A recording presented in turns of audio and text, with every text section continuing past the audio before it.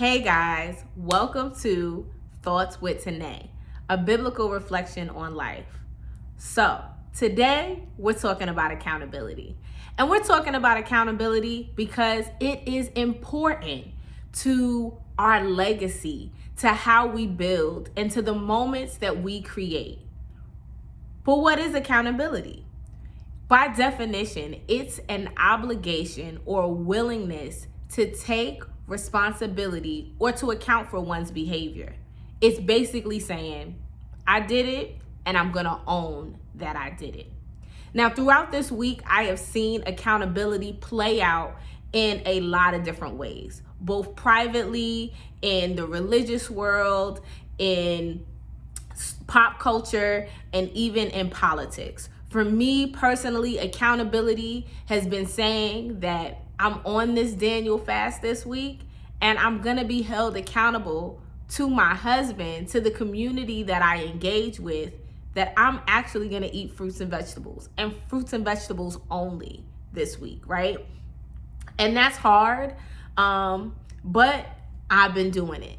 But then when I look at the religious world, we have Mike Todd, who got on a stage and did something in his preacher stance that a lot of us do not agree with. And I'm not going to dig into that because we know that there are many that have come to Christ through his work. But just because we do good things doesn't mean that we are always right in our actions.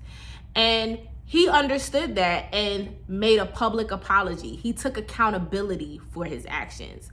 Then I was sitting and I was watching Portia Family Matters, and then I was watching Love and Hip Hop, the family reunion, and there were these two issues that were coming up where individuals were not taking accountability for how they were in relationships.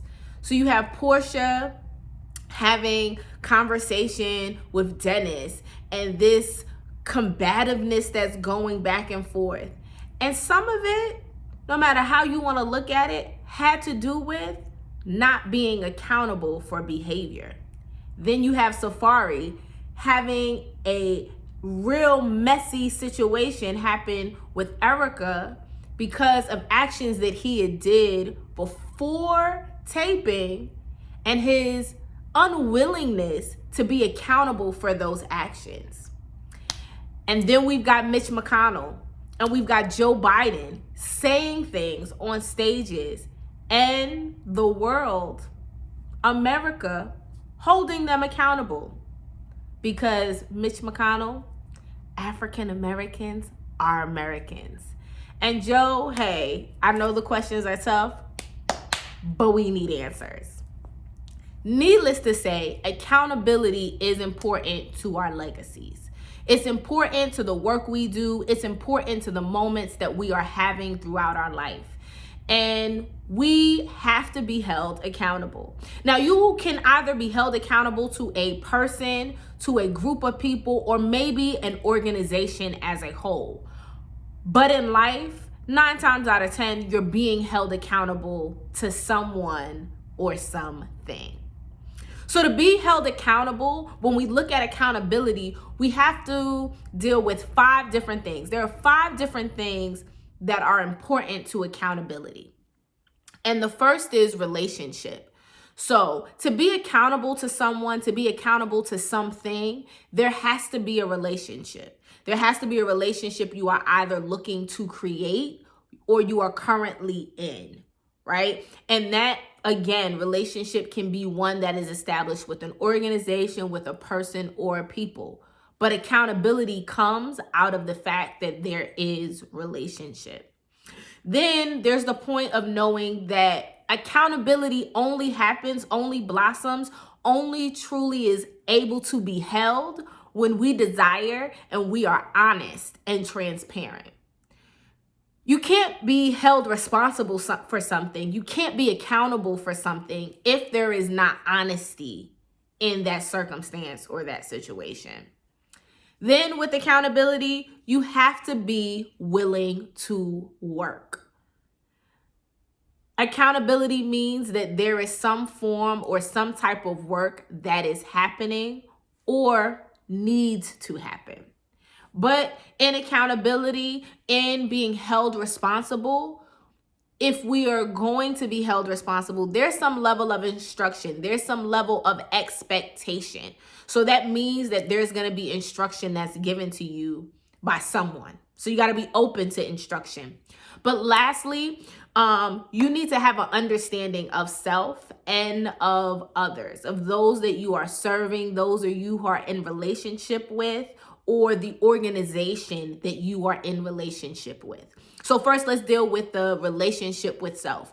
You need to know who you are. You need to know what you are capable of, what you are not capable of, because you can't be held accountable, or you shouldn't look to want to be held accountable for something that you cannot do, right? No one is going to hold me accountable to lift a car because I know that I am not capable of that, right?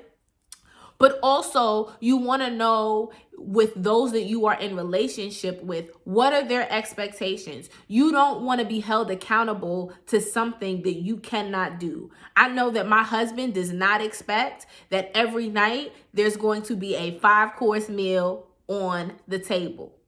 So my accountability level of being able to prepare dinner is at one that I can be held accountable to, right? So you have those 5 things that you need to know or be aware of when you are dealing with accountability. But you also need an accountability partner, right? If you're going to be held accountable to something, who are you partnering with, right? Because if you're in relationship, you need an accountability partner. So my accountability partner now in life is Sean Ellison Jones. That's my accountability partner. That's the person who I look to day and night and I talk to about what's going on in my life. Before that, it might have been my mother, my sister. It still is my mother, my sister, right? When we look at life, we can have multiple accountability partners. But in the work of faith, our major accountability partner is the Holy Spirit. And with that, let's dig in to the biblical reflection of this, because this thought of accountability is not just something that I happened upon and I kind of just thought through and I said, oh, that's cool. No, when we look at John chapter 21, we see accountability. We see accountability happening amongst the disciples, but also between Jesus and Peter. So let's break it down. So the disciples have already seen Jesus after the resurrection. He has appeared to them twice before, once in the upper room right after the resurrection, but then 8 days later, according to the biblical text, where Thomas is present, because the first time Thomas wasn't present. So we have these 2 accounts where Jesus shows up with the disciples. And in those encounters, he lets them know, I want you to continue to share the gospel. I want you to let the world know that I came, I lived, I died, but I'm going to come again, right? And so they are given this task. But somewhere, somehow, I don't know if they fully grasp the task. And so what you have happen when we pick up in John 21 is Simon Peter, or Peter as we better know him, deciding that he's going to go fishing. He's not going out to Capernaum. He's not going out to Samaria. He's not going out to any other place or community. He decides to go back to what he knows, which is fishing. And so when he goes back to fish, there he doesn't just go by himself. He says it amongst 6 other disciples, and they decide to join him. They say, we'll go along with you. And that's really important because, again, it goes back to what I've expressed about knowing yourself and knowing who you're in relationship with and understanding your accountability partners. So in this moment, Peter is not just accountable to himself. He doesn't say, I'm going fishing by myself. He's taken 6 other believers, 6 other disciples, 6 other apostles with him to do something that, from some studies, will say they went back to something that they knew. I think in this moment, they knew they needed to provide for themselves, and they were kind of told to wait until the Holy Spirit came, right? And I won't dig in too deep in this moment on that.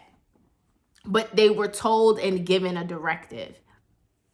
And so while they're out on the water, they don't catch anything. And then off in the distance, Jesus is on the shore. And he says, children, have you not caught anything? Like, do you got any food? And what he says is something that is common. It's common language. So we see Jesus appear and show up as an accountability partner for these disciples, for Peter, basically saying, well, if you haven't caught anything, try the other side. And so they do it, and they catch a net full of fish. They catch so much fish that they're even surprised that the net doesn't break, right? So we see the fact that they have an accountability partner, that there's the relationship between the accountability partner. We see that they're open to instruction of trying something new, of trying something different, but that they're also willing to do the work. And that kind of sets the frame for what happens in a personal piece between Peter and Jesus. And this for me is where it got good, because this is really what accountability is about. Like, we can do accountability on a large scale, but accountability with someone who understands you, with someone who has seen you broken, with someone who has seen you at your worst, that's true accountability. So if you look at the text before this moment, if you go back some chapters, you'll see that Jesus says to Peter, you're going to deny me. But I prayed for you. I've interceded for you, that you would be strengthened and that you would go back and strengthen your brothers, and that you would continue to do the work. And it happens. And in that moment, Peter still is exposed to who Jesus is. He's still in community. And in this moment, there's the realization that Peter and Jesus are having an intimate accountability moment, saying, I know that you are at your worst moment. You may be worried or dealing, but I'm going to be a dope accountability partner. I'm going to call on you, and let's have a moment of true accountability. Let's have a moment of true honesty about what happens. And what's beautiful that happens next in this intimate conversation between Jesus and Peter is Jesus calling for Peter to take accountability. And so when we have to take accountability, we have to be exposed to what the expectation is. So Jesus expresses what the expectation is, and he says that it is to feed and tend his sheep. He lays that out for Peter. I want you to do this. This is what I need for you to do. But after he exposes and says, this is what I need for you to do, he also deals with Peter's emotion and the emotional brokenness of where Peter is at.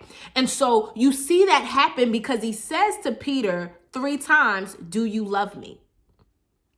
And if you have really sat down with the language of the text, the first 2 times Jesus says, do you love me? Those are the agape love. They are the unconditional love, the I'm going to show up no matter what happens type of love. And Peter responds back to those 2 times. And even in the last time, it says, I brotherly love you. Like, there's some level of conditioning that's happening. But that's the emotion of where Peter is at.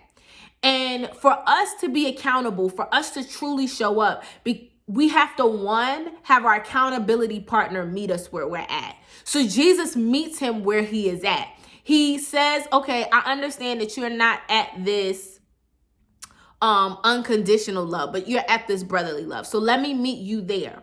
But in meeting him where he is emotionally, he never stops or changes the demand and the directive. And I want to say to you today that your accountability partner should never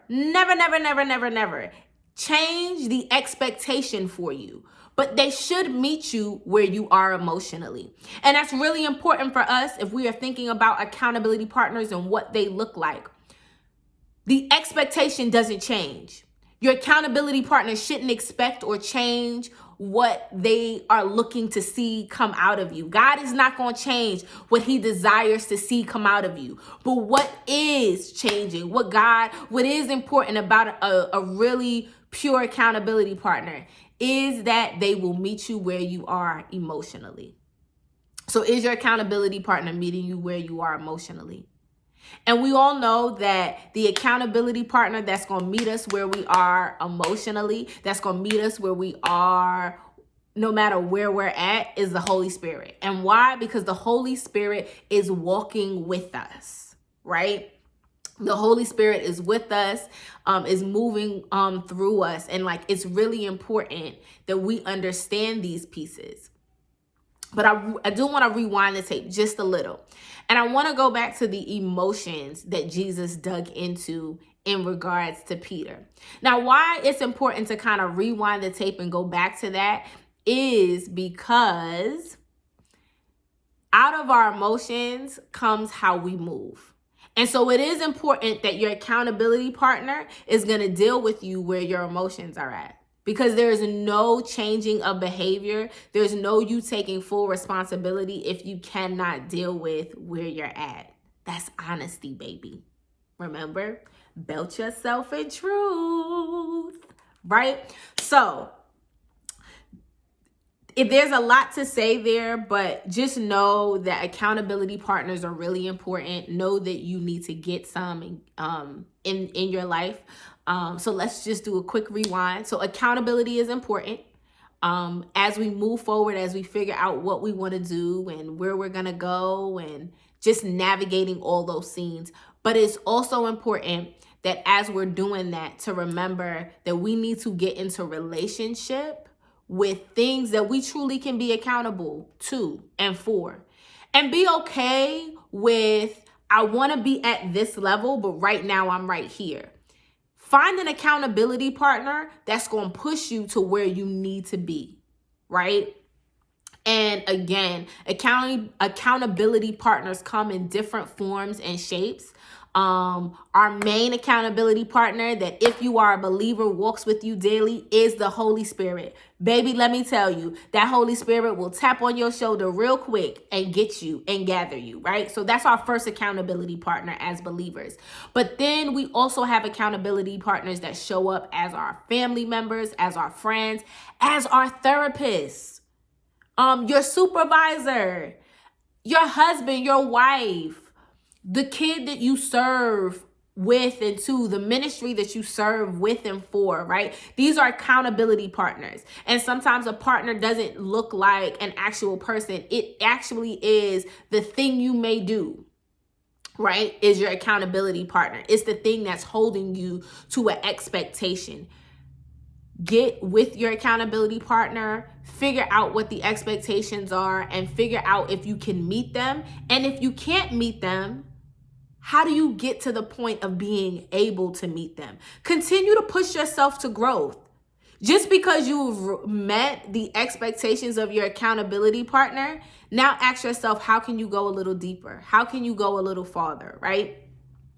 But also know that your accountability partner, and this is one thing that is extremely important, your accountability partner must be aware of your world and must be aware of the things that you are going through.